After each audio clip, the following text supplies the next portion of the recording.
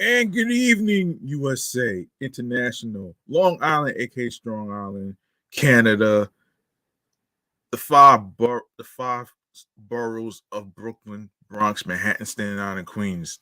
This is your man G Money Stacks, aka the Gregonator, YouTuber, host with the most, misunderstood, lonely nomad, unstoppable independent podcaster, and rookie podcaster of Laurelton, Queens, New York.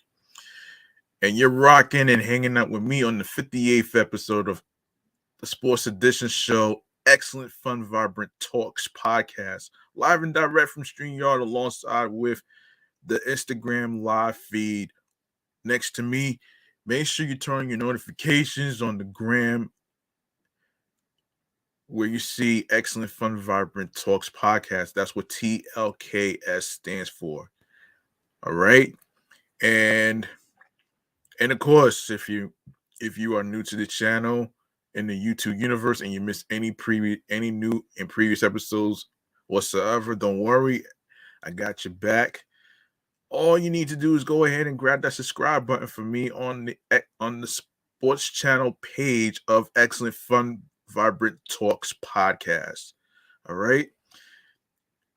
Of course, leave a like and a comment alongside with the sports topics. And and of course, tap the naughty bell along with enabling alerts, along with the alerts, so you can be reminded of when the show goes in the air via live stream, including the date, and time as a reminder. And stay tuned for more of your content, upcoming episodes, previous episodes, and of course, be sure to listen, stream, watch the episodes. Of course, download your favorite episodes whatsoever. Um and tell a friend to another friend, share the videos, share the episodes, and of course I will get back to you on where you can listen to the episodes at the end of the show. Now, a quick reminder, you can also leave a 5-star rating on Podchaser, along with Podfriend, along with Spotify. Along with Spotify, you can share the episodes on there as well. And of course, be sure to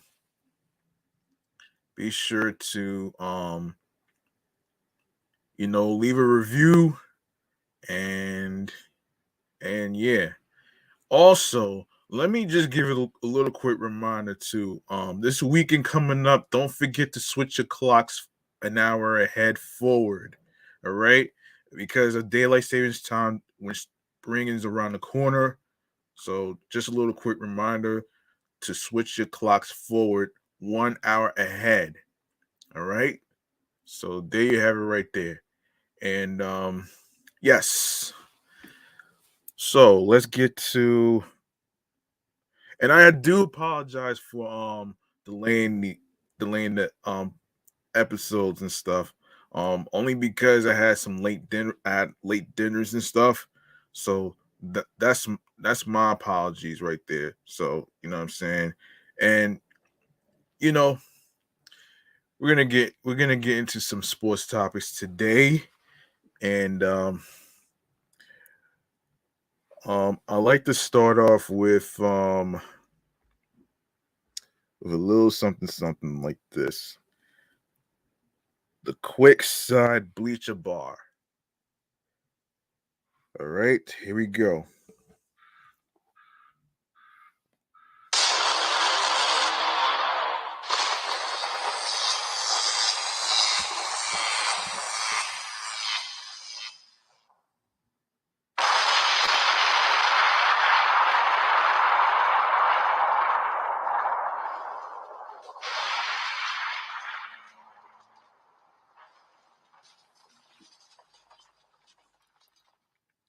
Okay, our first topic in sports today is um Dorian Finney Smith. Okay, here we go right here. This is according to Fansided. Here's what's happening here. The Dallas Mavericks are looking to upgrade their roster ahead of February 9th, which already happened already. And some fans were surprised when Dorian Finney Smith popped up in the trade rumors. He is the 3 and D wing that every contending team needs. And the Mavs previously had zero interest in trading him. Dallas is searching for a star and acquiring one is the only way they part with Dodo. Finney Smith has no interest in leaving Dallas. He just signed a 4-year extension with the Mavs, and the 29-year-old is rooted in Dallas. Dodo is one of the team's best assets, and they will likely have to part with him if they want to acquire a second star to play next to Luka Doncic. Finney Smith, if I'm not mistaken, Finney Smith responded to those trade rumors in an incredible performance on February 4th as the Mavericks lost to the defending champion Golden State Warriors in San Francisco without Luka Doncic. Dallas is now 0-7 without their superstar this season, but it was no fault, of Dodo's on Saturday night. Here's a closer look at his performance and what it might do to his trade value ahead of Thursday's deadline. Dorian Finney Smith has a trade showcase as Mavericks fall to Warriors without Luka Doncic. Saturday's Western Conference Finals rematch brought in the ABC national audience, and Finney Smith took advantage of the platform to showcase his skill set. He was defending multiple positions, hitting open shots, and rebounding well. Dallas needed offense, and Dodo scored 17 in the first half to be the team's leading scorer after 24 minutes. Finney Smith took on any challenge against the defending champions. He started the night guarding Stephen Curry, but Dodo matched up against Andrew Wiggins, Jordan Poole, and nearly every player on the floor. The Mavs struggled on both ends without their superstar, but Finney Smith was competing and taking on every challenge. He played some 5 as the Warriors forced Dallas to play small. Finney Smith was protecting the rim late in the game as the Mavs attempted to make a comeback. The Mavs made a run in the fourth quarter after Stephen Curry was ruled out with a leg injury, and Finney Smith was at the center of it. Damn, injury after injury. That has to really, really suck, man.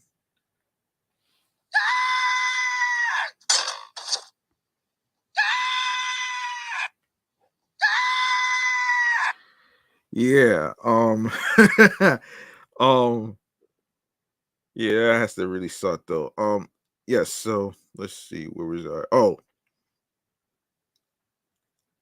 Dallas locked in on defense after being dominated most of the night, but their comeback fell just short. Still, Dodo finished as a plus 10 in his 32 minutes on Saturday night. He had the highest plus minus on the team and was the only Mavericks starter with a positive in that category. One underrated thing that fans could often hear on the ABC broadcast was Finney Smith's talking. He is always communicating on the court, from helping set the defense to encouraging his teammates. It was not the Mavericks' best night, and they did not have their superstar, but Dodo kept competing and communicating. The Dallas Mavericks are unlikely to trade Dorian Finney Smith before Thursday's trade deadline. He is too valuable to the team as they try to make a playoff run in the wide open Western Conference. But if they do require a star, Dallas will likely have to give up Dodo. The Mavs will miss him, and they must find a replacement if they do. But it will be the cost of jumping into the title competition. No, excuse me, contention. The Dallas Mavericks traveled to Salt Lake City to face the Utah Jazz on Monday night, and Luka Doncic will be out again. Will Dorian Finney Smith step up again and on put on another showcase? Yeah, you would have to find out anyway. Okay. Let's see. Let's see.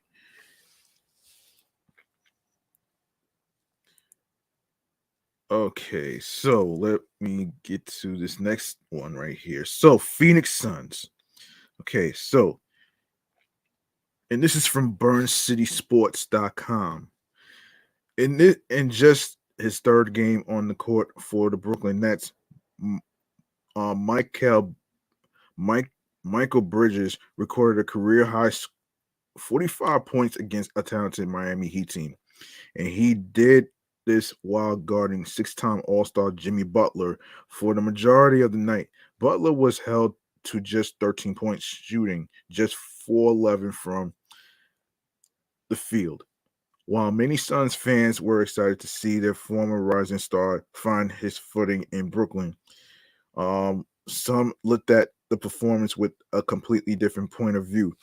Kendrick Perkins, a former player who is now an analyst, took to Twitter to express his thoughts on the situation. He says on Twitter, it's a difference between playing the right way and waiting your turn and being held back. Mikal Bridges, with a smooth 45-piece wing dinner, 8 biscuits, and 5 apple pies. Phoenix was in the damn way. Carry on. Oh man, hold up.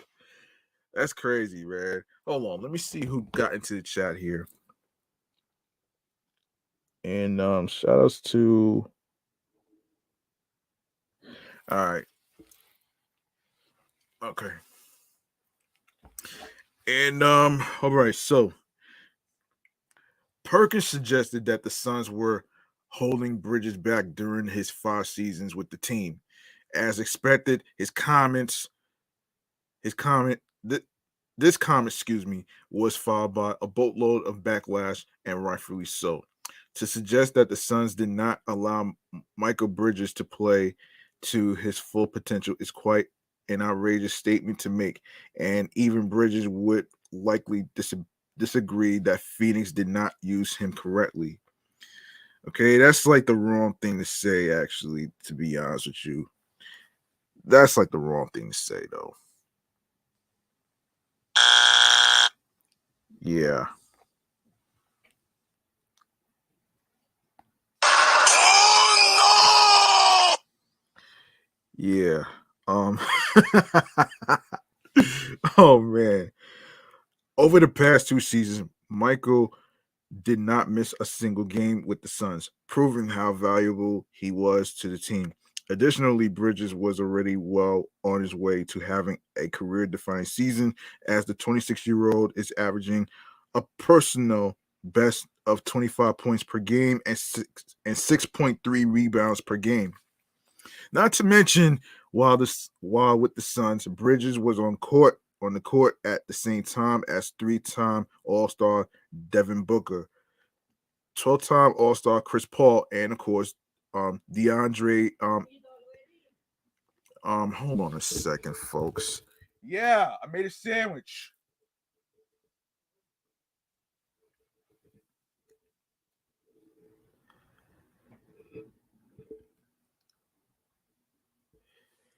Yes,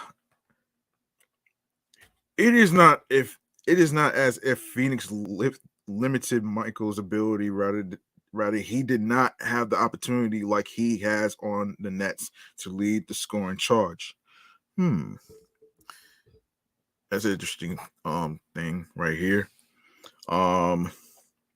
When looking at Brooklyn's updated starting roster without Kevin Durant and Kyrie Irving, no one is averaging over 20 points per game, and a total of 0 All-Star appearances are included.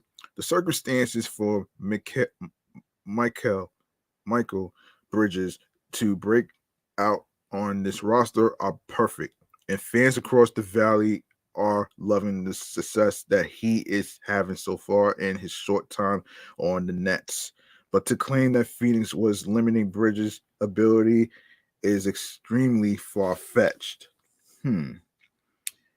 Yeah, I would actually agree with that. Um, yeah, so that is okay. Mikal Bridges, yes. So the question is, can the Brooklyn Nets build a title contender again? Let's find out in this next topic here. So let's hear. Um, okay, so 2 games into the point into the post Kevin Durant era in Brooklyn, one thing is certain for the Nets: they are a team with a lot of grit. The Nets have played 2 competitive and entertaining games since the blockbuster trade last Thursday that sent them into an entirely different direction organizationally.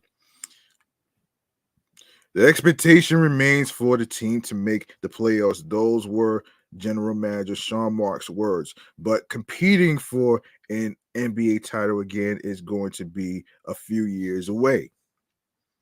The question now is, can Marks and the front office put the pieces back together to create a title team on Atlantic Avenue?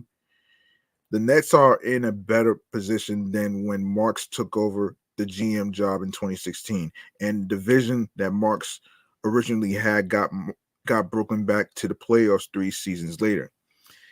End quote. I think we have this front office and this organization, and honestly, with Joe and Clara, have shown the ability to put full resources beyond making Brooklyn the championship contender. Mark said last week that's exactly what the goal is going to be um moving forward here. We'll go about building it in a little bit different way because the last time I took over, I didn't have anything. So it definitely looks different. What we're starting with right now, it looks different. Marks didn't want to call it a total retool when he faced reporters Thursday night. And in earnest, Brooklyn does have a solid base to start moving forward with. Mikal Bridges already proved to be the new headliner with a 23-point performance, and Spencer Dinwiddie, who was acquired as part of the Kyrie Irving trade, which I will go further with the whole Kyrie Irving trade line in a future episode. Nearly had a buzzer beater to tie the game at 101. What's clear with the current version of the 2022-23 Nets is that it will be a team that competes and plays a gritty style of basketball. Scoring was pretty spread out during Saturday's loss to the Philadelphia 76ers, with only 2 of Brooklyn's starters scoring in double digits. And that's the way it will be going forward the rest of the way. And the additions of Bridges and Dinwiddie, along with Cam Johnson and Dorian Finney Smith, have created a much better defensive effort. The 101 points the Nets gave up were the fewest since January 8th against the Miami Heat. Oh, shit. I told the group, if we're able to put ourselves in positions to defending that way on an every night basis, we'll give ourselves a chance to win every single game. Commend our group for really concentrating on the defensive end of the floor, giving ourselves a chance. Nets coach Jacques Vaughn said. Beyond this season, the Nets will need to find a way to bring a championship to the borough and a fan base that has been through some rough times since the franchise moved to Barclays Center 10 years ago. Marks has the benefit of having plenty of draft capital for the next few years. Brooklyn's draft future looks like this now. 2023 Suns first round pick, 2023 Nets first round pick, 2023 first round pick. Of course, yeah, Houston can swap Houston or 76ers. 2025 Suns first round pick, 2025 Nets first round pick, 2025 Heat second round pick, 2026 Nets second round pick, 2027 76ers first round pick, 2027 Suns first round pick, 2027 Nets first round pick, 2027 Mavericks second round pick, 2028 Nets first round pick, 2028 Nets second round pick, 2029 Mavericks first round pick, 2029 Suns first round pick, 2029 Nets first round pick, 2029 Nets second round pick, and 2029 Mavericks second round pick. That's just to name a few.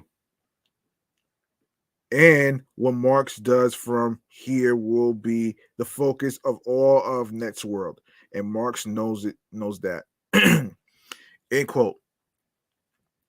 I think we've ever taken anything for granted, the Nets GM said of the fans' trust. We've got an incredible opportunity to do something in this borough, and that hasn't left me from the minute I wanted to come here and be a part of something, build something here in Brooklyn. Nothing's changed. I think we certainly owe it to these fans on a daily basis. I think that's the way we approach this, is put something out there that the fans can be proud of, and find young men that this borough can really get behind. Okay, and let's see. Before we even go into some baseball news, we need to get into immerse themselves to the Brooklyn community. Yeah, let's talk about that one too. Let's talk about that one right there. All right, so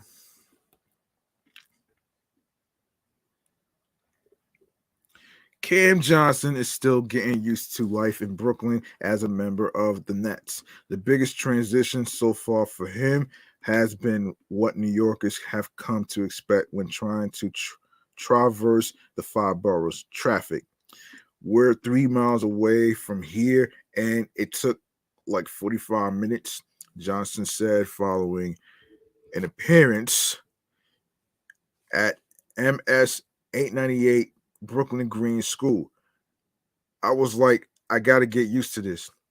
I got to get used to that. I got to get used to how densely packed everything. I'm not really from the city. Yeah, okay. I went to college in the city a little bit, but this is different. This is a different beast. More importantly, Johnson along with fellow new Nets Mikal Bridges, Spencer Dinwiddie, and Dorian Finney Smith has been adjusting quickly to being part of the Brooklyn community and spreading a positive message. Johnson and Bridges spent the afternoon on Tuesday talking to a group of middle school students about friendship and taking part in team building activities. Just down the road, Dinwiddie, who is no stranger to Brooklyn, having played 6 seasons with the Nets before, and Finney Smith were speaking with the boys and girls junior varsity and varsity basketball teams at Achievement First High School and addressing questions revolving around basketball skills and life lessons. The visits came more than a week after the 4 players arrived in separate trades with Dallas and Phoenix that sent Brooklyn's 2 biggest stars packing. But the messages on this day were far more important than wins and losses on the basketball court, as Dinwiddie and Johnson discussed the importance of perseverance. Hold on. Of perseverance. and doing what you love in life. Of course, there were some basketball questions sprinkled in here and there. Only if they just take one thing I said today and it helps them move forward, then I did my job, Finney Smith said. I came here to just do my part and help the next generation. I'm just trying to do that the best I can. Finney Smith, who made his Nets debut last week when Brooklyn hosted the Chicago Bulls, talked about how he went undrafted and hoped that his dreams, no, excuse me, his journey would be an inspiration for the kids he was speaking to. It was part of his message to the group of kids in front of him to preserve through obstacles in life. And I was the 13th man on the roster, and now I'm an NBA starter for the last 4 years, he said.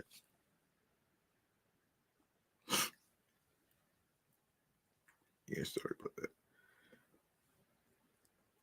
During the introductory press conference following the trade, Dinwiddie mentioned wanting to get involved in the Brooklyn community. Dinwiddie knows his way around the borough, but the others have also embraced the idea of giving back. Finney Smith said that it was something he had done during his time with the Mavericks, and hoped that the kids could learn from his journey and use those lessons in any avenue in life.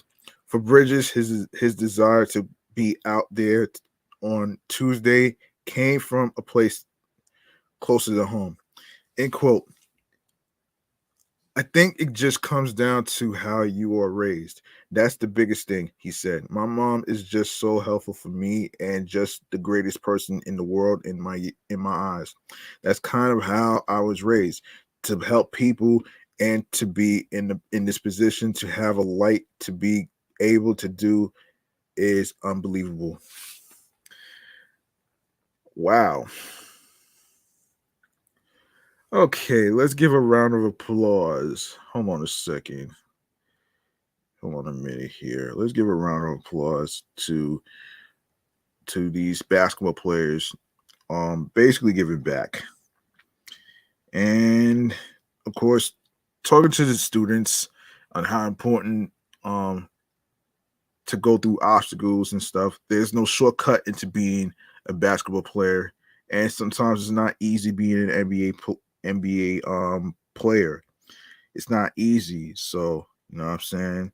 So it's all about doing what you love to do. So a round of applause for the Brooklyn Nets. First, let's make some noise, man. I want to make some noise. One moment.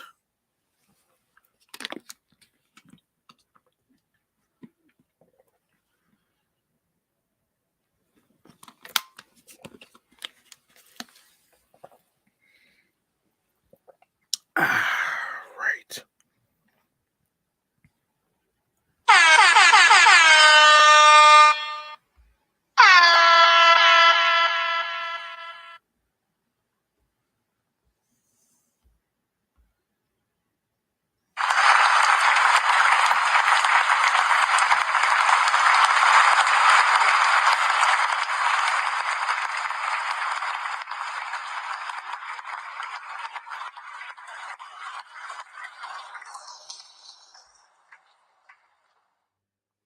All right. Okay, let's see what we have here. All right, we're gonna do a little recap of the sports moments of 2022. Before we even go to the Mets.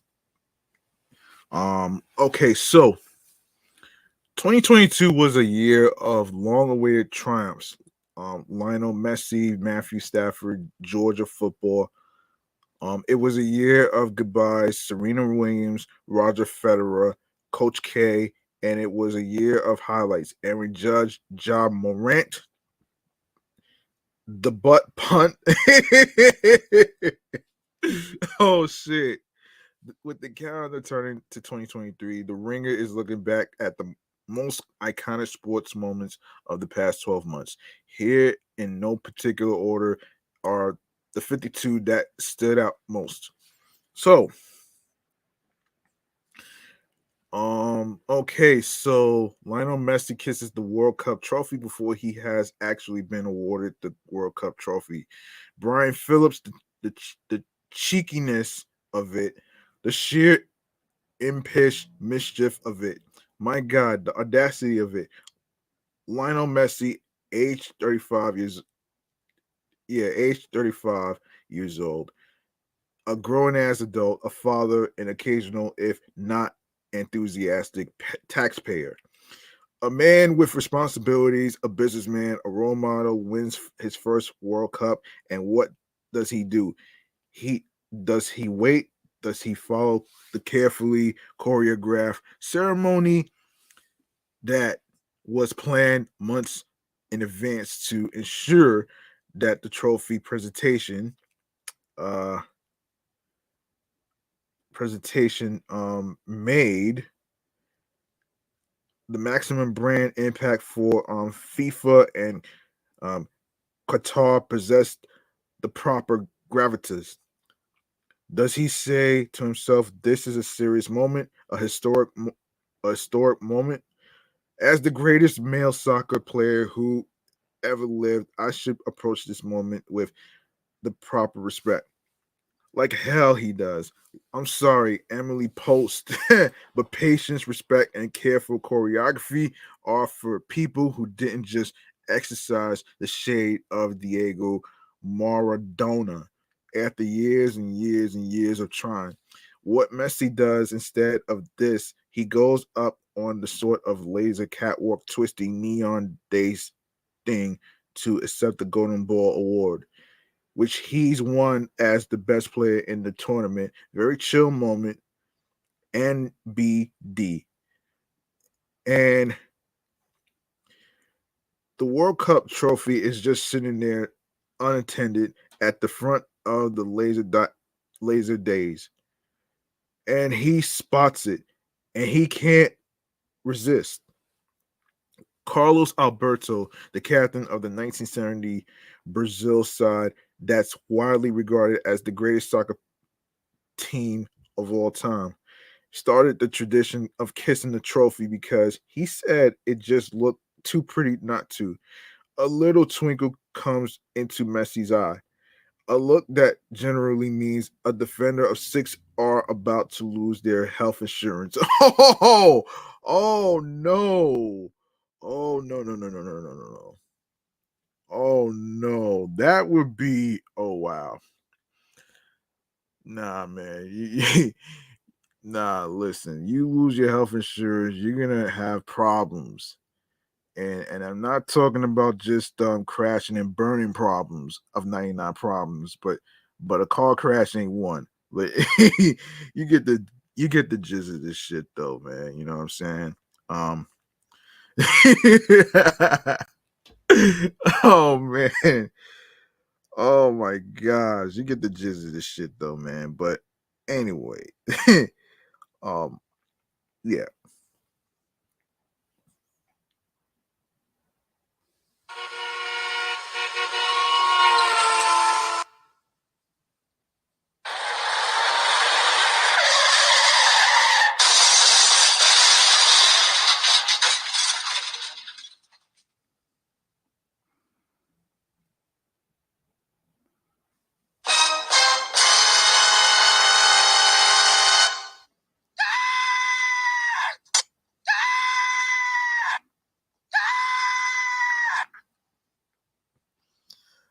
All right.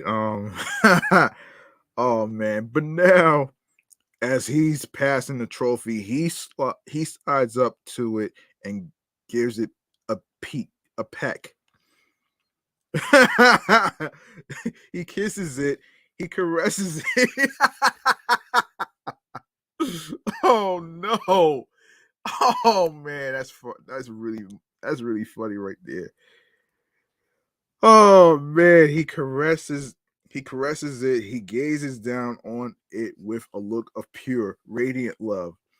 If you were adopting a new puppy, you would treat this puppy to exactly the same look on the day when you went to bring it home. And look look, it's just the moment. It didn't contribute meaningfully to the drama of what was, I'm sorry, the most dramatic sporting event I ever seen. It wasn't even the most disrespectful thing that happened on the laser days. Um yeah. But Messi's stolen kiss felt so good. It felt so free. It was imbued with the lightness of impossible expectations, absolutely satisfied. And it made you feel for a second that this complicated compromise tournament didn't truly belong to FIFA executives and Qatari um um oligarchs oligarchs. In that moment, it belonged to Messi. It belonged to us. Okay, so let's see. Another moment in 2022 is Kaylee Ringle's pick six gives the dogs their day. Jordan Kahn, I spent the day of January 10th, 2022, I spent so many days leading up to football games between Georgia and Alabama with a familiar and comfortable sense of dread. I'm a Bulldogs fan, married into a family of Crimson Tide fans, and I learned long time ago that dread is the only appropriate response to an upcoming matchup between the teams. I had allowed myself previous um delay deliances um with hope each time that hope was justly punished. In 2008, there was the infamous blackout game in which a Georgia team featured Matthew Stafford, AJ Green, and Noshawn Moreno got buried by halftime. Wow. They are wearing black because they are coming to their own fucking funeral. Then Alabama strength coach Scott Cochran told the Tide that week, a prophet. In 2012, there was the SEC championship game. I watched it from the stands at the Georgia Dome, and after the Bulldogs' final drive fell short, my Tide supporting father-in-law, a teetotaler, offered to buy me a sympathy beer. Oh wow! In 2018, um, there was the national title game that Georgia led 13 to zip at halftime.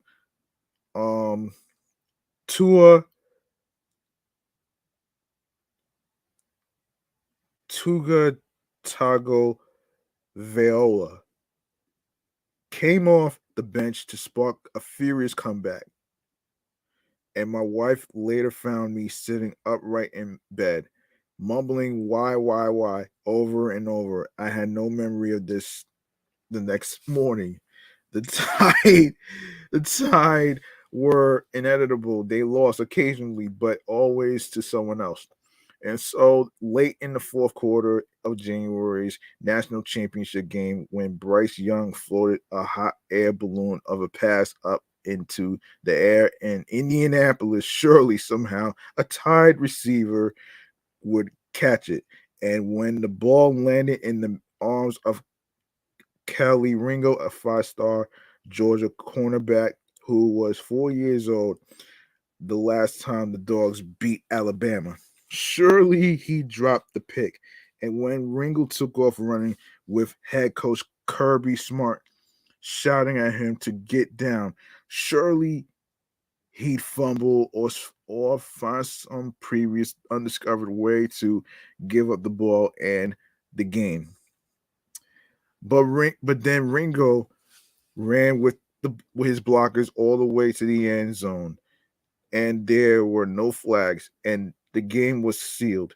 My dread was replaced by the most unfamiliar of emotions, giddy and unencumbered joy. 13 seconds that changed everything. Danny Heifetz, the Bills' chief divisional round playoffs game, redefined what it means to leave too much time on the clock. With the league's two most explosive offenses squaring off, Kansas City's Patrick Mahomes and Buffalo's Josh Allen delivered a combined 31 points after the 2-minute warning of the fourth quarter. With 1 minute and 54 seconds left in the game, Allen hit Gabe Davis for a 27-yard touchdown to give Buffalo a 3-point lead. Just 52 seconds later, Mahomes responded with a 64-yard touchdown pass to Tyreek Hill. Retaking the lead for the Chiefs. Dan Allen hit Davis again for a 19-yard touchdown, once again, giving the Bills a 3-point lead. But this time, the Bills left the Chiefs just 13 seconds to tie the game. Dejected Chiefs defenders sat on the bench, distraught and in disbelief. The Bills had finally slayed the dragon, or not. The Chiefs went on to win the overtime coin toss and drove down to score a touchdown, winning the game without the Bills touching the ball. A couple of months later, the league changed the overtime rules for the playoffs to ensure that both teams get to touch the ball at least once. While neither of these teams made it to the Super Bowl, this game literally changed the sport and raised the bar for quarterbacking. Matthew Stafford's no-look pass lifts the Rams to glory. Steven Ruiz. Matthew Stafford may not be a historically great quarterback, but he is a historically cool one. He's capable of throwing a football pretty much anywhere on the field. He can throw from any arm angle, and he doesn't even have to be looking at his intended receiver to get the ball to its target. Now, this combination of skills has its downsides, and Stafford hasn't done a lot of winning throughout his career, but he is objectively fun to watch. And for at least one night, Stafford's unorthodox creativity uh, was exactly what his team needed. I'm talking, of course, about Super Bowl. Um, Super Bowl. The Rams won thanks largely to Stafford's no-look throw to Cooper Cup on second down in the fourth quarter to extend what would be the championship winning drive. I believe it's 56, Super Bowl 56.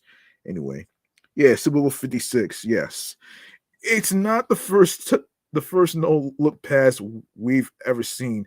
Other quarterbacks like Patrick Mahomes, Aaron Rodgers, and even Ryan Fitzpatrick have this tool in their bags, but Stafford had enough confidence in himself to trust the fancy technique on the biggest play of his career. It was a bold move, and I'm happy it paid off. Not because I wanted the Rams to win the Super Bowl. I didn't care about the result, but because it prevented any football coaches who hate fun from being able to point to it as proof that quarterbacks should just stick to their fundamentals instead of trying cool shit. Stafford took the coolest option possible, and it helped him win the biggest football game of the year. St. Peter's and a March Madness run for the ages. Kyle Mann, I hope you are all happy. I rewatched this fucking game today, and as a Kentucky fan, the entire time I contemplated soaking my clothes in chicken broth and falling over the rails and into the polar bear exhibit at our local zoo. Oh wow. Um St. Peter's, never heard of it. I say in all consuming spirit dowsing denial as the bear starts sniffing around my face. If I could, I would pull a George Lucas and destroy every trace of this tape, preferably in some sort of grand fashion involving a sledgehammer. Oh wow. In the waning seconds of the no. 15 seeded Peacocks 85 to 79 win over second seeded Kentucky. I screamed like that crooked cop from the first season of True Detective. The first no, excuse me, the one who was forced to watch that awful VHS on a boat.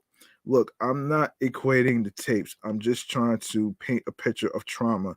Fine, I'll be honest. I had to think for a second about whether I wanted to equate the tapes. Did it make me feel any better when head coach Shaheem Holloway's brass ball team also toppled Murray State and Purdue to advance in the bracket? A little bit, but not really. The reality is that I like every other fan of Kentucky, Murray State or Purdue had to serve as a sad character within this glorious story. We were a necessary sacrifice upon the altar of the feel good March Madness narrative. And this one had the makings of an all timer. There was the fearless mustachios, um, Doug Dirt, making wild contested floaters, rolling in three pointer after three pointer, and landing himself an endorsement from Buffalo Wild Wings before the tournament even ended. There were undersized big like Casey and Defo and the Dream twins, finishing strong against the likes of Zach Eady and um, Oscar Sheebwe. There was the godforsaken mascot. There was the ecstasy of the school's tiny student body celebrating without abandon. In the history of the men's tournament, there are plenty of stories about mid majors that thrived despite entering the event without respect from their higher profile opponents. But this situation gets more bizarre the more you zoom out. St. Peter's didn't break 500 until halfway through its 2021 to 22 schedule. It had to win its conference tournament to even get into the field. It's mind blowing stuff when you consider that the Peacocks would go on to become the first 15 seed ever to reach the Elite Eight. Reliving it, I'm still baffled by their phenomenal poise. They battled on defense and never strayed from their plan on offense, which resulted in a fantastic shot on nearly every trip. North Carolina laid on them in the regional final like Yokozuna. But who cares? The glory of St. Peter's will resonate for a long time. Big respect. Peacocks, big respect. Steph Curry and the Warriors return to the mountaintop. Logan Murdoch, a few minutes after Steph Curry clinched his fourth NBA championship, I found him along the south end of Boston's TD Garden, standing on the vaunted parquet floor that may as well be the top of the basketball world. Following a 34.7 rebounds, 7 assists series, clinching performance, he wove in and out of press allegations. obligations. Engaged in spontaneous chats with teammates and even took a call from former President Barack Obama. This one hits different, man. He whispered to me as he walked through an arena tunnel, trophy in hand, and a mixture of sweat, champagne, and tears trickling down his face. This one hits different. Curry's words voiced the general feeling of anyone within the team's colossal orbit. The ones who persisted when Kevin Durant departed for Brooklyn in 2019, and the ones who endured Golden State's two-tiered um, rebuild approach, which included Curry and teammate Klay Thompson returning from extended rehab assignments. On the final night of the 2022 season, Curry proved that the wait was worth it as he shot, dished, and willed the Warriors back to the NBA mountaintop, punctuating the occasion with the first NBA Finals MVP trophy of his career. I mean, I knew if we were going to get the big trophy, then I would have to do what I needed to do to help lead the team. He told me before locking down at the trophy. One moment.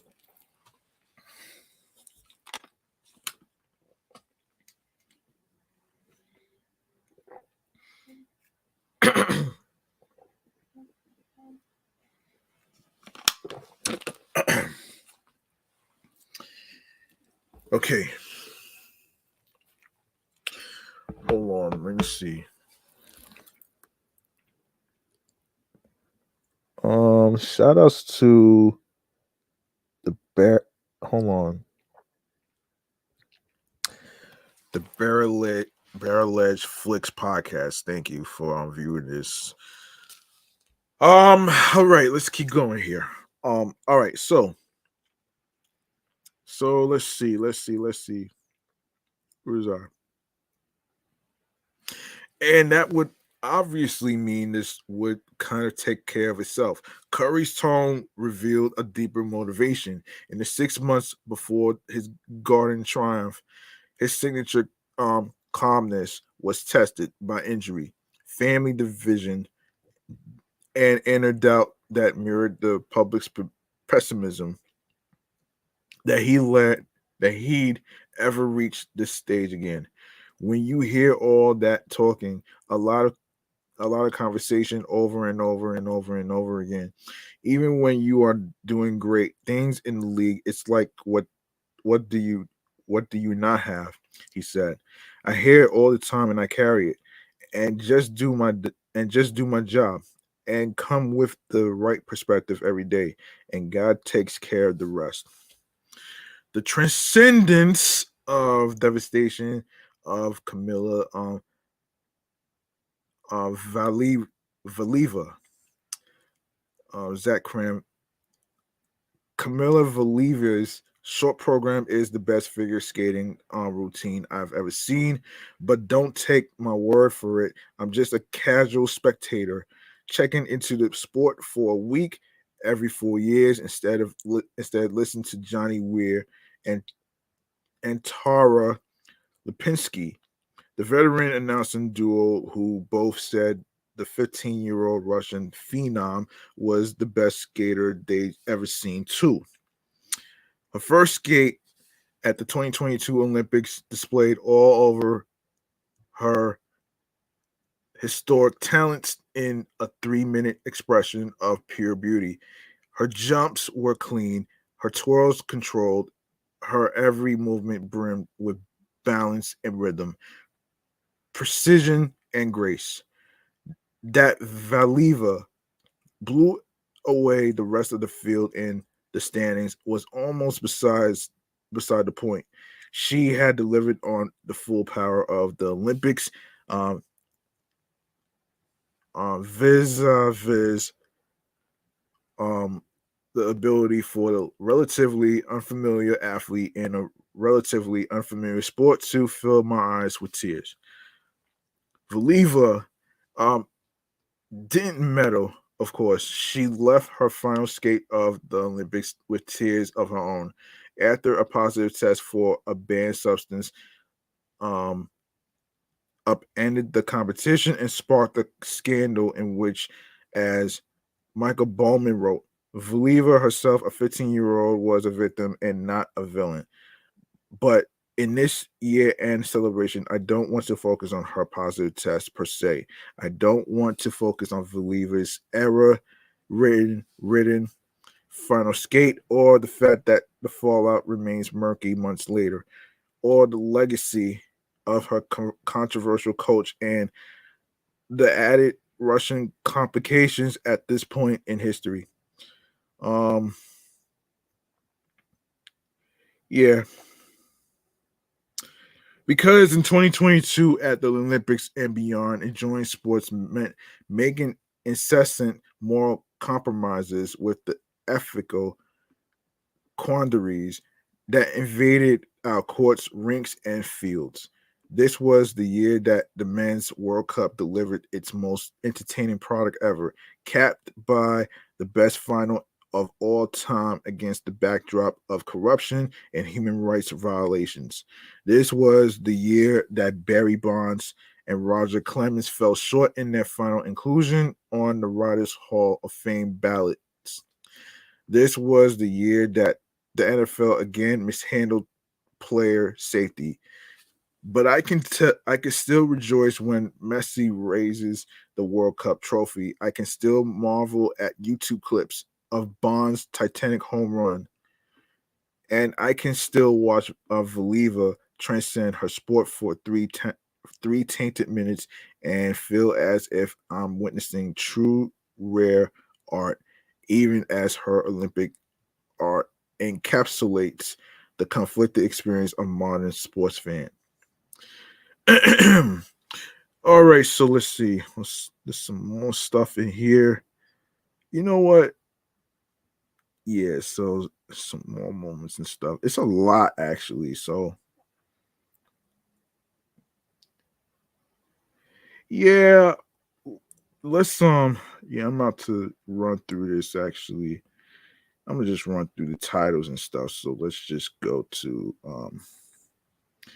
okay, so another one to remember in 2022 is the greatness and redemption of Nathan Chen. Okay. Serena Williams, bittersweet last stand. Roger Federer's emotional goodbye.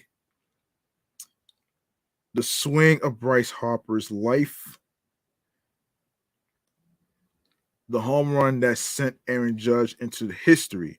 Yes, this one in particular, yes. So Ben Glickman, I was beginning to think that it wouldn't happen. After hitting his 61st home run of the season in an 8-3 win over the Blue Jays on September 28th, Aaron Judge had gone a long ball drought, coming up empty in five straight games. Not only that, but opposing pitchers were also clearly avoiding him. He walked twice in a game against the Orioles on September 30th. He walked twice more in the game the day later. Nobody wanted to be on the wrong side of number 62. Oh shit. Then Judge stepped to the plate in the first inning of the second game of a doubleheader against the Rangers on October 4th, and he deposited a Jesus Tinoco offering 412 feet away into the left field stands. There are countless aspects of this moment that are special, yet three in particular stand out. The first is what Judge does after taking the second pitch of the at bat for a strike. He steps out of the batter's box, gazes into the distance, taps both his feet, and then gathers himself before settling back in. Plenty of players have between pitch routines. This, however, was completely atypical for Judge. He picked up on something. He realized that if he got another slider, he'd break an American league record that had endured for 61 years. It's one thing to see someone make history, it's another to see the moment when they know they are going to make history and take a beat to calm themselves so that nerves don't get in the way of it happening. The second thing,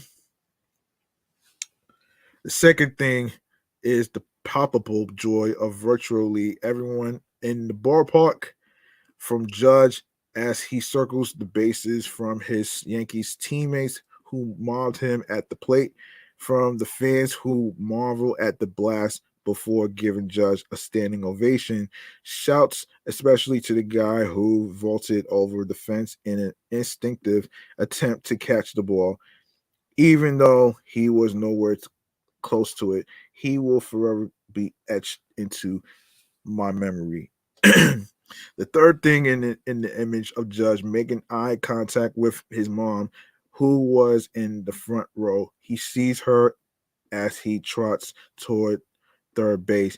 She blows him a kiss as he's about to head into the dugout. He points at her and breaks out the wildest grin. Look, I'm not here to say that Judge has a real home run record. Barry Bonds hit 73 in 2001. I just want to bask in the rare moment when all the cliches about the beauty and unifying power of sports feel true. How can you not be romantic about baseball? Wow, that's pretty good. An exorcism of the third Saturday in October. Oh boy. I'm not even gonna get into all that. Well, let's get into this. This is just crazy. I'm not gonna get into that. An almost glorious tie in week 18. That's another moment. And let's get to the scandal that rocked the chess universe. Not gonna get into that either. So I'm just listing down the moments, actually, folks, if you're listening. The slap heard round the baseball world. Oh boy.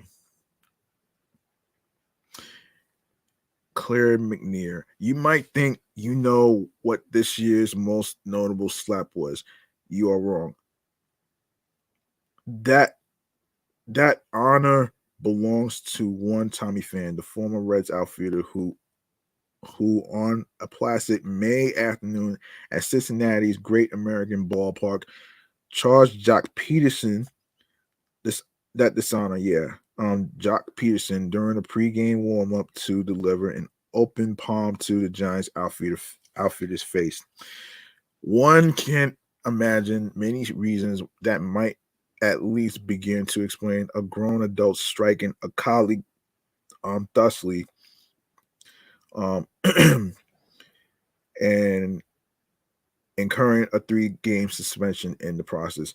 A heinous insult, perhaps involving a mother, a love triangle gone wrong, a vicious um, familial blood feud stretching back generations, a shadowy baseball conspiracy involving sign stealing or weighted bats, or the crazed abyss behind Mr. Reed, no, excuse me, Mr. Red's um, bulbous eyes. Um, but the cause was none of these. Fam, it soon emerged, had slapped Peterson over a fantasy football dispute. As it turned out, the two players were in the same fantasy league, one presided over by none other than Mike Trout as commissioner. Fan reportedly took issue when Peterson moved a player listed as out to the IR to pick up someone else. Peterson sheepishly conceded that he might have further stoked the flames by sending the league's group chat uh, a GIF that mocked the San Diego Padres, who at the time were Fam's team. Cue the Giants working out in t-shirts that read, "Stashing players on the IR isn't cheating," and Fam decrying Trout in the press. Trout did a terrible job, man, he said. Trout is the worst commissioner in fantasy sports because he allowed a lot of shit to go on, and he could have solved it all. I don't want to be a fucking commissioner. I've got other shit to do. The John Morant show reaches new heights. John Morant is a TV show. Every one of his games is a different episode. And what occurred on February 28th, 2022 deserves every available Emmy. Morant entered that contest against the the San Antonio Spurs. As an electrifying talent in the middle of a breakout season, he left it as a messianic figure. His career high 52 points and his 73.3% shooting from the field are somehow afterthoughts. What matters more is the indelible stamp Morant put on the most jaw-dropping night of his life. One of the most entertaining individual performances any NBA player has ever had. His dunk on hapless Spurs center Jacob Porto was brought down with enough ferocity to stop the game. Thank goodness the teams kept playing. A few minutes later, with 0.4 seconds left in the first half, Morant shattered social media when he turned a full-length pass from Steven Adams into an alley-oop jumper right in front of his own bench. The play was described as something I'll probably never be able to do again by a ridiculously confident man who did it. When the credits roll on Morant's career and he's inducted into the Hall of Fame, both plays will lead the 29-minute long highlight reel that precedes his enshrinement speech. A few more from this game alone will crack it.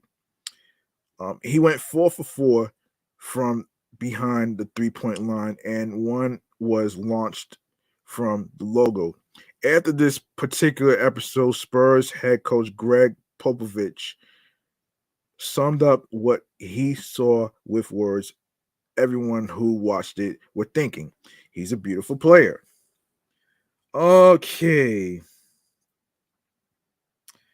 The J-Rod show takes over the home run derby. Oh, wow. J-Rod. I don't really know too much about this guy. Anyway, so North Carolina spoils Coach K's farewell tour. Wow. Edwin Diaz and trumpets invigorate Queens. Oh, wow. Bobby Wagner for a not insignificant chunk of the middle of the summer. Edwin Diaz was the biggest story in baseball. Yes, the closer was having one of the best relief pitching seasons in MLB history amidst a sensational Mets regular season run. But elite whiff rates alone are not enough to dominate the baseball internet. No, Edwin took center stage because of trumpets, and one trumpet in particular. Yeah, Timmy Trumpet to be exact.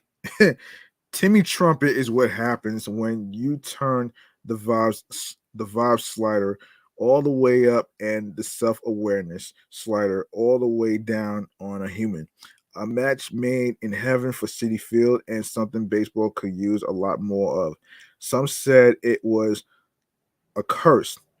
No, it's not. NPR called it the latest craze. You know what I call it? Camp. I'll never forget it. Okay, the Sin City Miracle. Oh boy. I'm not even wow. I'm not even going to get into all that. The Harry Carey hologram or the weirdest nostalgia play ever. Oh boy. I'm not going to get into that. The butt punt. Oh wow. Look, butts are funny. Stuff bouncing off of butts is funny. These are simply rules of comedy. These rules held true during the sports highlights of the year, provided by Dolphins punter Thomas Morstead during a September game against the Bills. The Dolphins won 21-19, moving to 3 to zip at the time, but not before giving up a safety after Morstead's punt with 1 minute and 30 seconds to go, 37 seconds to go was blocked not by a defender but by teammate Trent Sherfield's derriere. That's right, from the division that brought you the butt fumble. It's a the butt punt.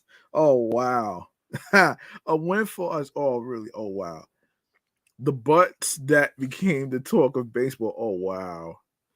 The catchers for a living which makes them the foremost exemplars of the fabled baseball butt. An occupational perk enhanced by ball players' cheek flattering livery and fondness for slapping posteriors. Oh wow. Oh wow. Oh my goodness. This is very, very, very crazy and interesting right here. But oh man. Oh Lord. This is so funny right there, man. This is the funniest shit that I ever heard. Oh man. Hold on. This is crazy. Oh boy. Okay. Yeah.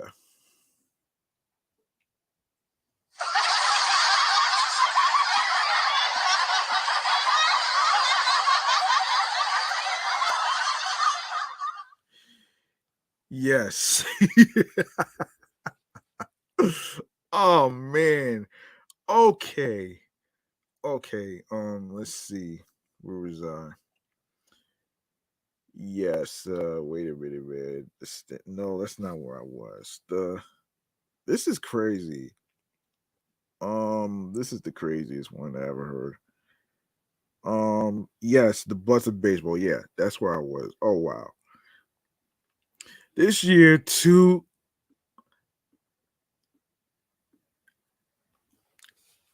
Calipigian catchers in the AL West bookend the MLB regular season with well-rounded displays of lower body power, producing two of the year's most memorable highlights for fans of baseball and booty alike. Shortly after opening day, then Oakland A's catcher Sean Cakes Murphy backstopped his ass up into a 74 miles per hour slider from Rays righty Chris Mazza, um, which spun slowly enough toward his hinders for Murphy to twerk it away with a stupid, sexy Flanders-esque flourish. Oh shit! The most viral of the many Murphy. Hold on. Yes, Murphy to hold on. Yeah, Murphy thirst tweets has been argued 22 million times, almost certainly making it the most viewed A's adjacent media since Moneyball. Oh wow. Wow. And I could have hit 4 home runs yesterday, 4 grand slams, and it wouldn't have had the attention I had last night, Murphy said. Of his newly famous hold on a second. His wait, where? Yeah, his newly famous Fanny the day after taking one for the team, and by extension for anyone with fondness for fine haunches. The plunking may have left a bruise, but it also made Murphy an oversight sex symbol. Oh man. Months after Murphy broke the baseball internet on the eve of October, comparably bootylicious Mariners catch a cow relay, or as he's more commonly called, big dumper. Oh shit! Thanks to a legendary rear that one of his teammates testified is a big ass, a trailer launched a pinch hit walk-off homer against the A's at T-Mobile Park that clinched a wild card berth for the M's. The banged up bubble-butted backstop historic homer, which was caught by a 17-year-old fan, snapped a 21-year-old playoff drought for the Seattle franchise, the longest in the major North American sports. It also inspired great relief and rejoicing. 2 incredible calls and countless cake, peach, and dump truck emoji. Murphy sent Twitter into a tizzy.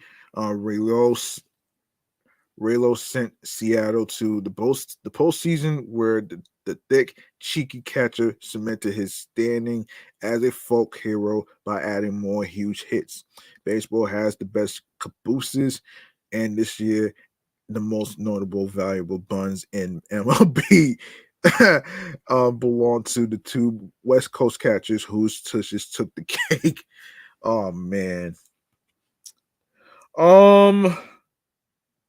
Okay. Aja Wilson is the press conference GOAT. That's another one. Stetson Bennett is a Good Morning America sensation. I'm not even gonna get into that right there.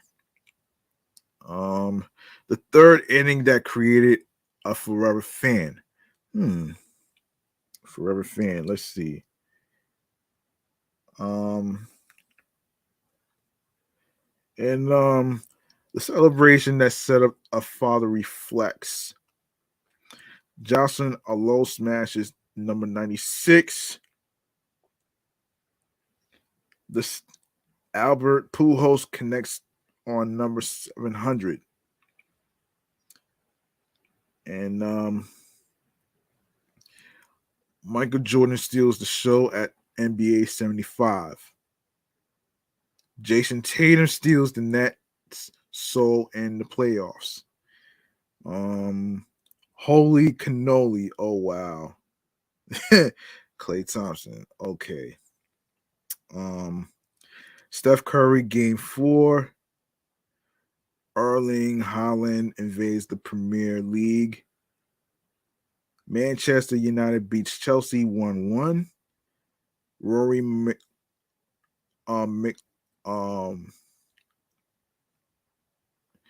Rory's impossible chip in.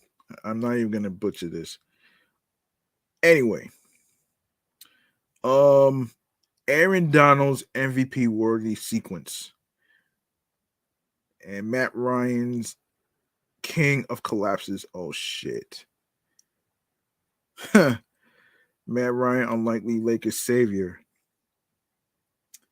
And the bloodline takes over WWE. I don't even care about that right there.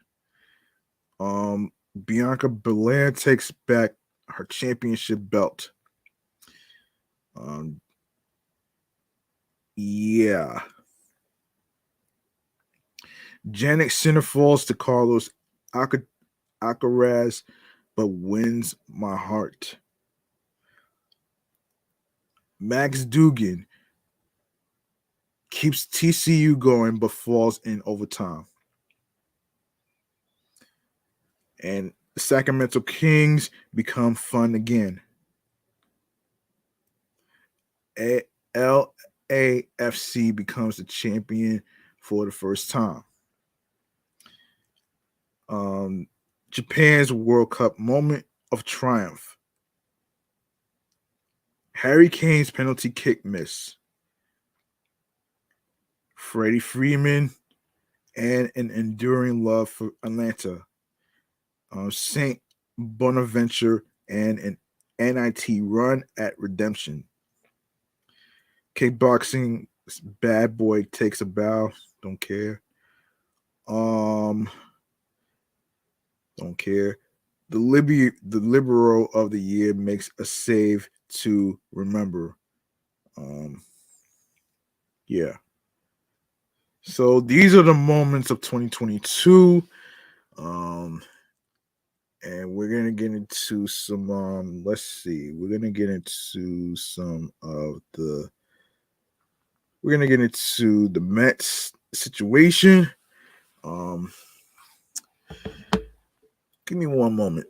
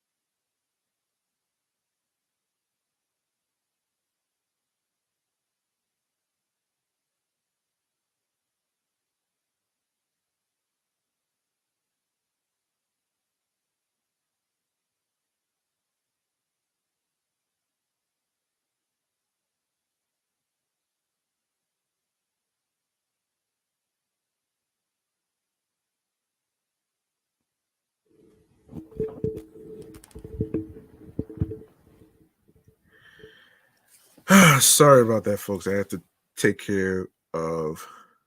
I had to go to the bathroom. Actually, that's what it was. Anyway, so let's get into Khalil Lee. The New York Mets have brought outfielder Khalil Lee to their major league camp at spring training, despite the ongoing investigation into domestic violence allegations waged against him. As first reported by Newsday Tim Healy on Wednesday. Lee was designated for assignment by the Mets on February 6th after he was accused of physically and emotionally abusing his ex-girlfriend while playing for the team's AAA affiliates in Syracuse. A warrant had been out for his arrest for criminal obstruction of breath. In the federal lawsuit that he is also listed on, Lee's former girlfriend, Carrie Wynn Hill, alleged that Lee assaulted her by pulling her hair and choking her during an argument in May of 2022. What? Damn. You cannot be fucking serious, man. Really though? Really? Like you really had to do some shit like that? Hold on, man. That right there, that sounds crazy though, man. It is crazy. So let me just do this. Um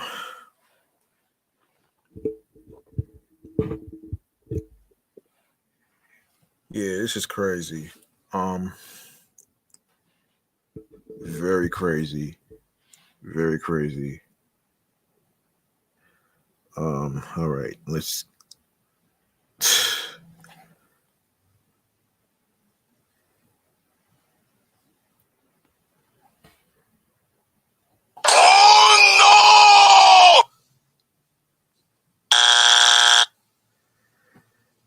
Yeah, that's crazy. That sounds like a double trouble to me.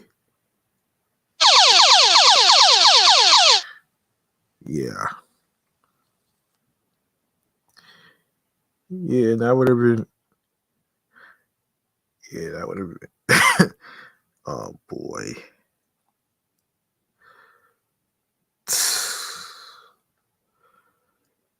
Okay. Okay. This is just beyond crazy.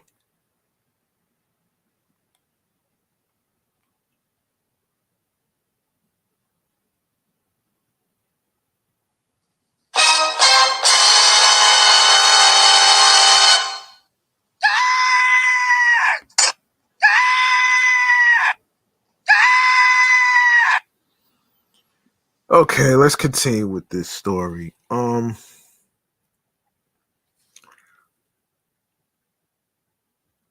According to a report from Syracuse.com, after Lee called her ugly, Hill slapped Lee in the face and walked away. She says Lee then grabbed Hill's box braids and yanked her backwards, causing her to hit the kitchen island, she alleges. Hill felt Lee's hand around her neck but could not breathe or speak to tell him to let her go, she claims. After around 10 to 15 seconds, Lee let go and pushed Hill away from him. And an arrest warrant was signed by a judge on August 10th. He is currently being investigated by Major League Baseball. The 24-year-old Lee cleared waivers after being designated for assignment, which is why he is still a part of the Mets organization. Once considered a top prospect being acquired from the Kansas City Royals in 2021, Lee appeared in 13 MLB games with the Mets over the previous two seasons, going 3 for 20. He is currently ranked as the organization's 26th best prospect by MLB Pipeline. Okay, let's go to hold on a minute here. Let me see what else we could talk about here. What else we could talk about here? Um okay. All right, Pete Alonso, right? Let's go to Pete Alonso.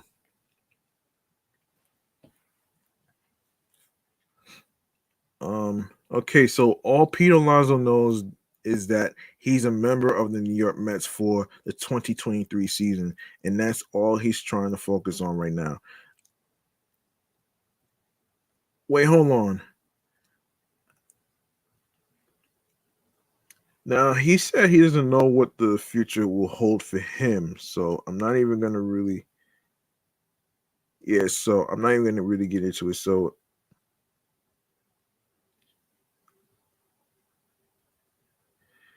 so let me just go to the part. Okay, so the 28-year-old slugger is under team control for the next two seasons, but his future with the team has become an obvious talking point considering lengthy deals were given out to retain Edwin Diaz 5 years, $102 million, Brandon Newell 8 years, $162 million, and extend Jeff McNeil 4 years, $50 million. Wow. Okay.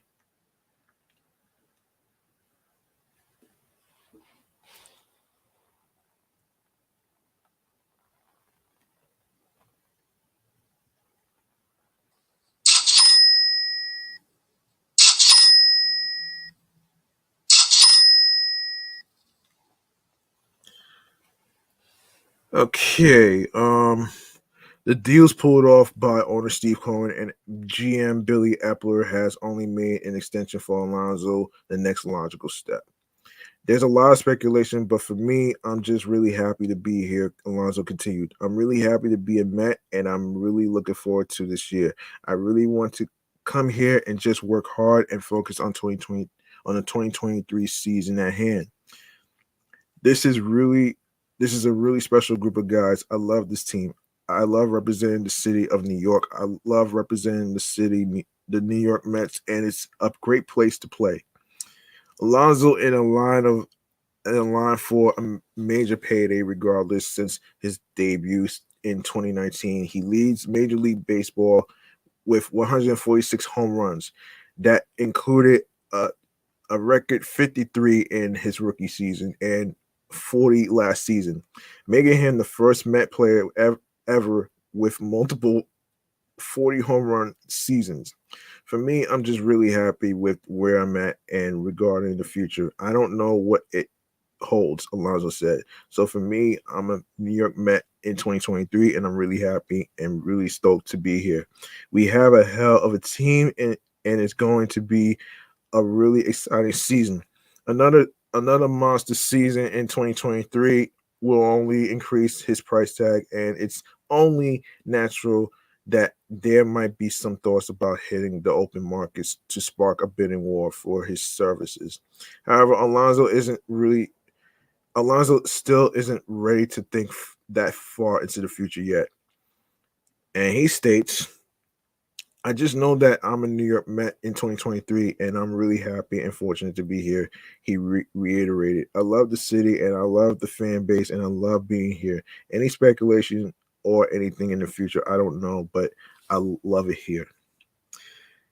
And yeah, you know, in other words, this is more of a wait and see. So this is more of a wait and see. Let's focus on what's going on right now instead of thinking too far ahead of the future.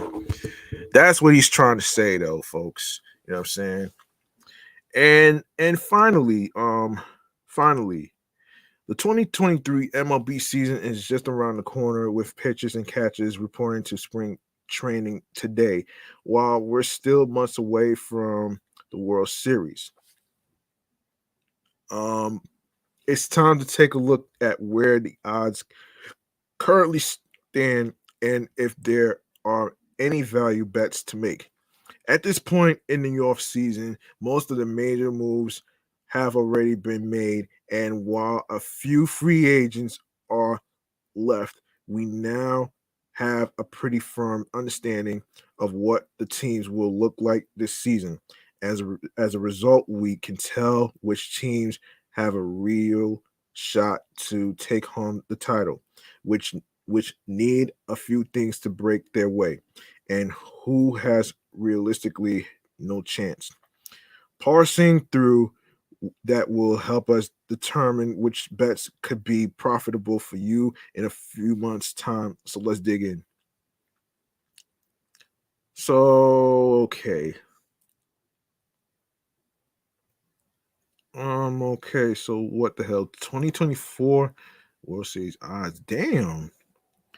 Are you serious? Okay, so Houston Nationals plus 600, New York Yankees plus 700, New York Mets plus 750, Los Angeles Dodgers plus 800, Atlanta Braves plus 950, San Diego Padres plus 1,100, Toronto Blue Jays 1,300 plus Philadelphia Phillies plus 1,700, and also the same with Seattle Mariners, and of course St. Louis Cardinals 1,900. Okay, so favorites. The Astros 600 are no surprise as the betting favorites since they are coming off of their second World Series title in franchise history. The biggest news for them in the offseason was losing Justin Verlander to the New York Mets. And while that's a big loss, they do still have a wealth of pitching talent with Framber Valdez, Lance McCullers Jr., Christian Avia, Jose Urquidy, Luis Garcia, and top prospect Hunter Brown. The Astros also upgraded at first base from Yuli Gurriel to 2020 AL MVP Jose Abreu. So this should still be an incredibly well-rounded team that will be postseason bound, barring some catastrophic injuries. As a result, they feel like one of the safer bets you can make right now. The Dodgers feel like the next safest bet amongst the favorites, even after a surprise loss to the San Diego Padres in the NLDS. Um, the Dodgers lost Cody Bellinger to the Cubs, although with the way he's been playing, that is hardly much of a loss. And they did replace his bat in the lineup with veteran JD Martinez. They were able to bring back longtime ace Clayton Kershaw and add Noah Syndergaard on a one-year contract. But the biggest loss is the departure of shortstop Trey Turner, which is why you see the Dodgers sitting with the fourth best odds. Still, this team is loaded with talent, and so they could easily make a run at the title. I'm less enthusiastic about the chance of the Yankees. Yes, they brought back Aaron Judge, which was crucial, and added left-handed Carlos Rodon on a 6-year contract. However, Nestor Cortez is already battling a hamstring issue, and fellow starter Frankie Montez is likely lost for the year due to shoulder surgery. Excuse me. If the starting rotation isn't elite, then the Yankees could be in trouble because there are major concerns about their offense. Judge had a career year last year, but the Yankees were inconsistent at best apart from him. Anthony Rizzo and Giancarlo Stanton can be productive hitters, but both carry major injury risk, and there's a good chance that Josh Donaldson is washed. Damn, a lot has to break right now. And the rookies have to be immediate contributors for me to feel good betting on the Yankees at these odds. I also don't love the betting odds for the Mets.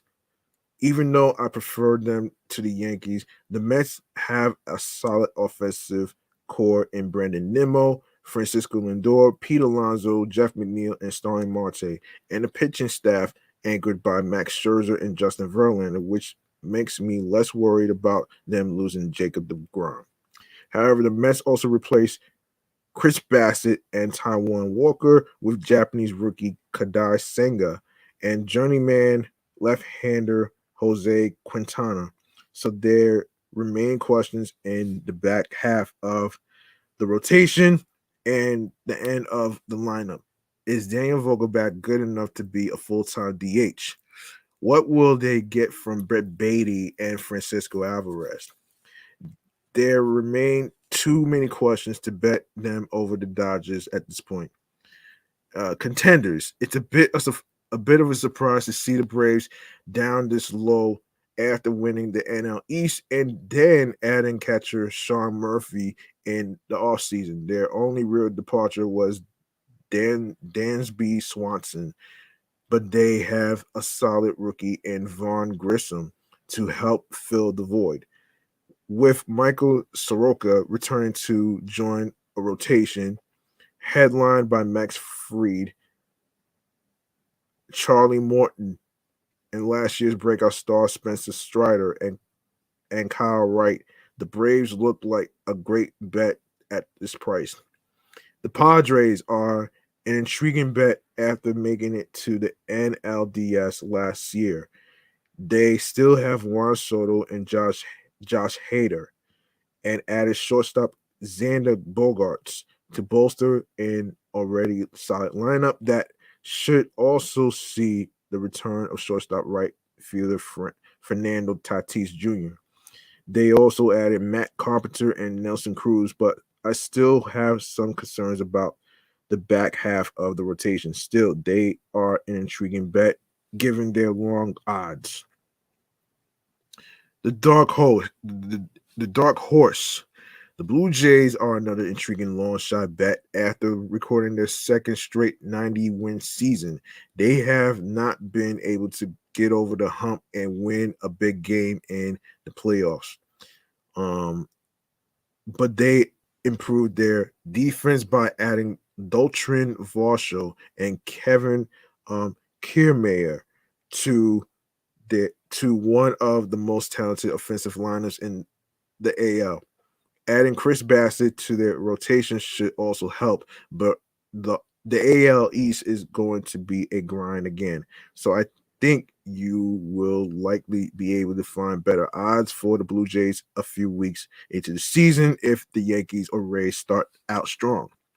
The Phillies are surprising to see ranked so low after making the World Series last year. We know Bryce Harper will miss the start of the season, but the team added Trey Turner to the lineup that already features JT Realmuto, Nick Castellanos, Reese Hoskins, and Kyle Schwarber. They have the talent to keep them in the playoff race until Harper comes back, but there remain questions about the depth in their rotation. And still, given how long the odds are since Harper is currently injured, it feels like now is the best time to place a bet on the Phillies. Okay. Okay. Let me see.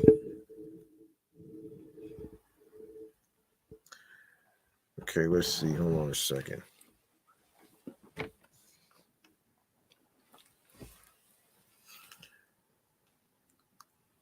Okay.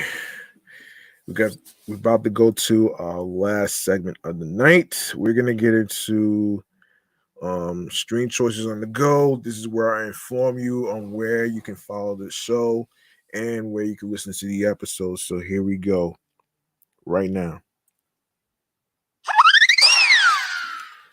All right. Okay. All right, y'all know what to do, folks. Pretty much you can follow by showing your love by following the Sports Edition show of Excellent Fun Vibrant Talks podcast on Instagram, alongside with my review show, Meticulous Vibe Juice podcast, and of course, Off the Meat Rack Chains New York podcast, as well as Facebook and Instagram. And be sure to follow your homie right here, your host with the most, which is G Money Stacks. G Money Stacks 555 in Queens, New York. Turn on your notifications so you can know when I'm going to be on Instagram Live on separate podcast show pages, and any details involving any delays, any episode postponements and stuff like that, I will let you know about it. And most importantly, most importantly,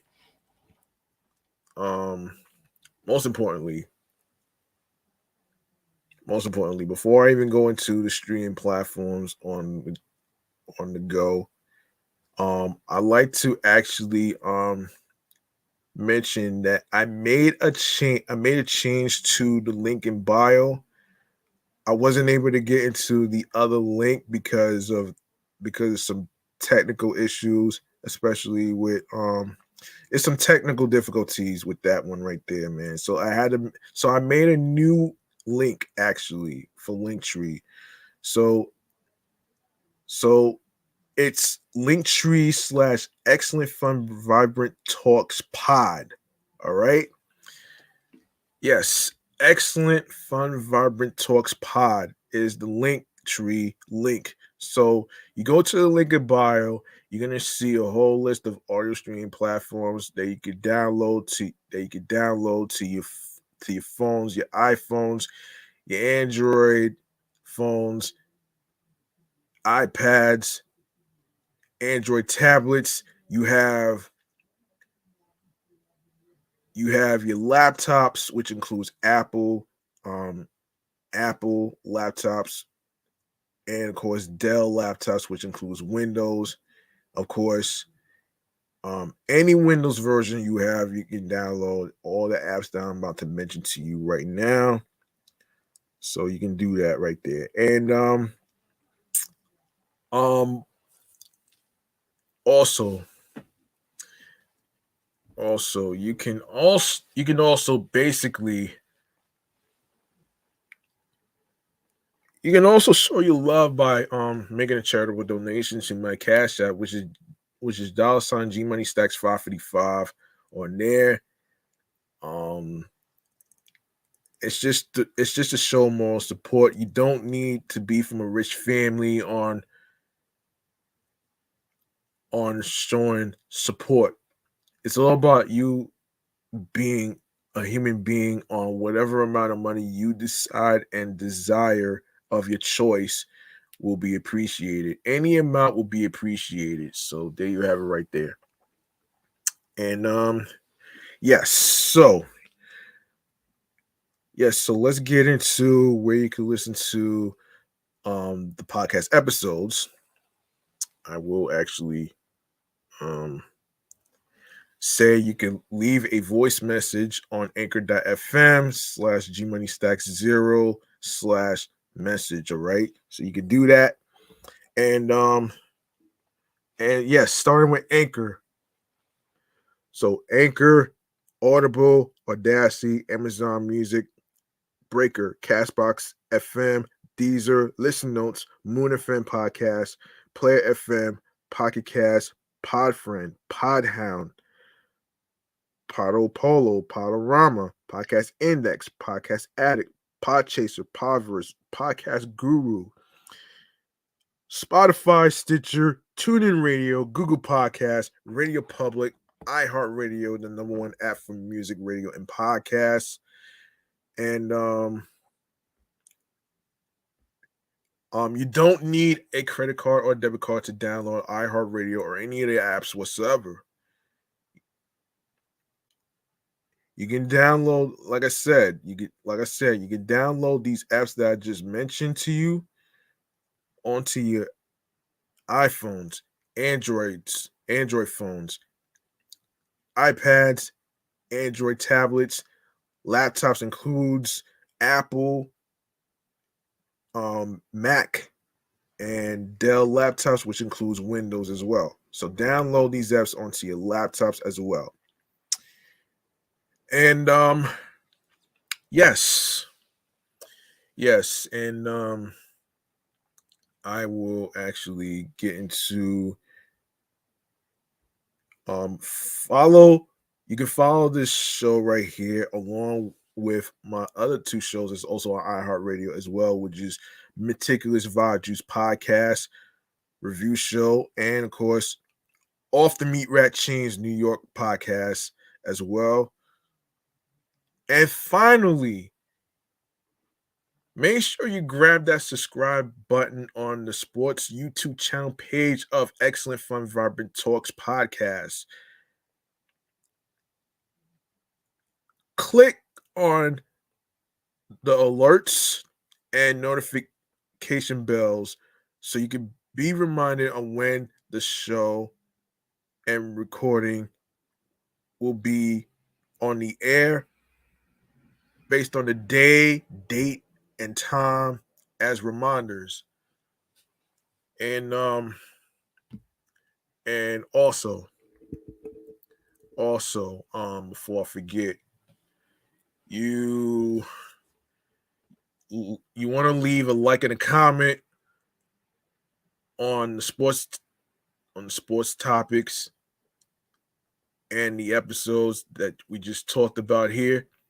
And of course, be sure to download your favorite episodes and listen, stream, watch the episodes in case you miss any of the new and previous episodes whatsoever. Don't worry, everything's all uploaded and posted to the YouTube channel page and other streaming platforms as well. And also you can basically share the episodes, share the videos, and you can also share the episodes on Spotify as well. And tell a friend to another friend. Spread the word. Word of mouth is important, alongside with sharing the link that says Linktree/Excellent Fun Vibrant Talks Pod, and the podcast with your husbands, your wives, your boyfriends, girlfriends, friends, people you are cool with from work, wherever you meet new people, whether it's at block parties, whether it's at festivities, carnivals, amusement parks, birthday parties, um,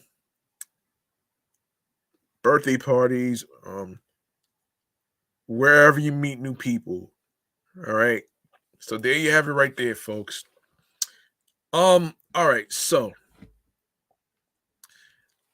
that's gonna do it for me. That's gonna do it for me on this episode right here, titled Sports Moments 2022. And remember, the grind doesn't stop, hard work pays off. If you want something, you have to work hard and earn it. New York wasn't built in a day, so you have to trust the process, especially trusting the process for all you new podcasters out there who actually thought that you were going to actually automatically get comments on YouTube right away, but that takes time, man. It takes time, and you don't really want to put pressure on yourself just because of high expectations. Don't worry about high expectations, and don't worry about the criticism of your thumbnail on YouTube or whatever, because they're not the one that made the thumbnail. It's only you that matter, not the fuck. And who says that you need haters for validation? You don't need validation from haters. And it's from a saying that Ivy Rivera would actually say on Power 105.1, is that you need, in other words, I'm paraphrasing here, you have to validate yourself. You can't, you're not gonna you can't have people validate you. You know what I'm saying? And what you want to do is, as you are a creator of your own content or whatever, don't try to change who you are as far as your content or whatever. Just be you, do you, and be the best you can be. And most importantly, find your voice, follow your goals and dreams. Don't let anybody stop you on anything whatsoever. And yeah, find and look for something that makes you smile, that you love to do on a consistency basis. Consistency is important, and you want to make sure that you are able to you know show how good you are. You don't need to tell people how great you are. You just show it by action, and the amount of success speak for itself. And also, I like to add that when it comes to consistency, you are on your P's and Q's, alongside with confidence, creatively, spiritually, mentally, physically, and spiritually is what matters here. And your confidence and consistency is what gets you on your P's and Q's and gets you into your zone, alongside with tunnel vision. So there you have it right there, man. Don't let anybody stop you. Trust the process. Be yourself, and all that great stuff will come to you. So there. I'm your man, G Money Stacks. Thank you very much for listening and tuning in and rocking with me on this episode right here. And I will be back in the next episode next time. And be safe out there. And don't forget to switch your clocks 1 hour ahead this weekend. All right. Don't forget to switch your clocks ahead 1 hour. All right. And peace and one love. Be careful out there. Be safe. Stay liquid. Good night, everybody.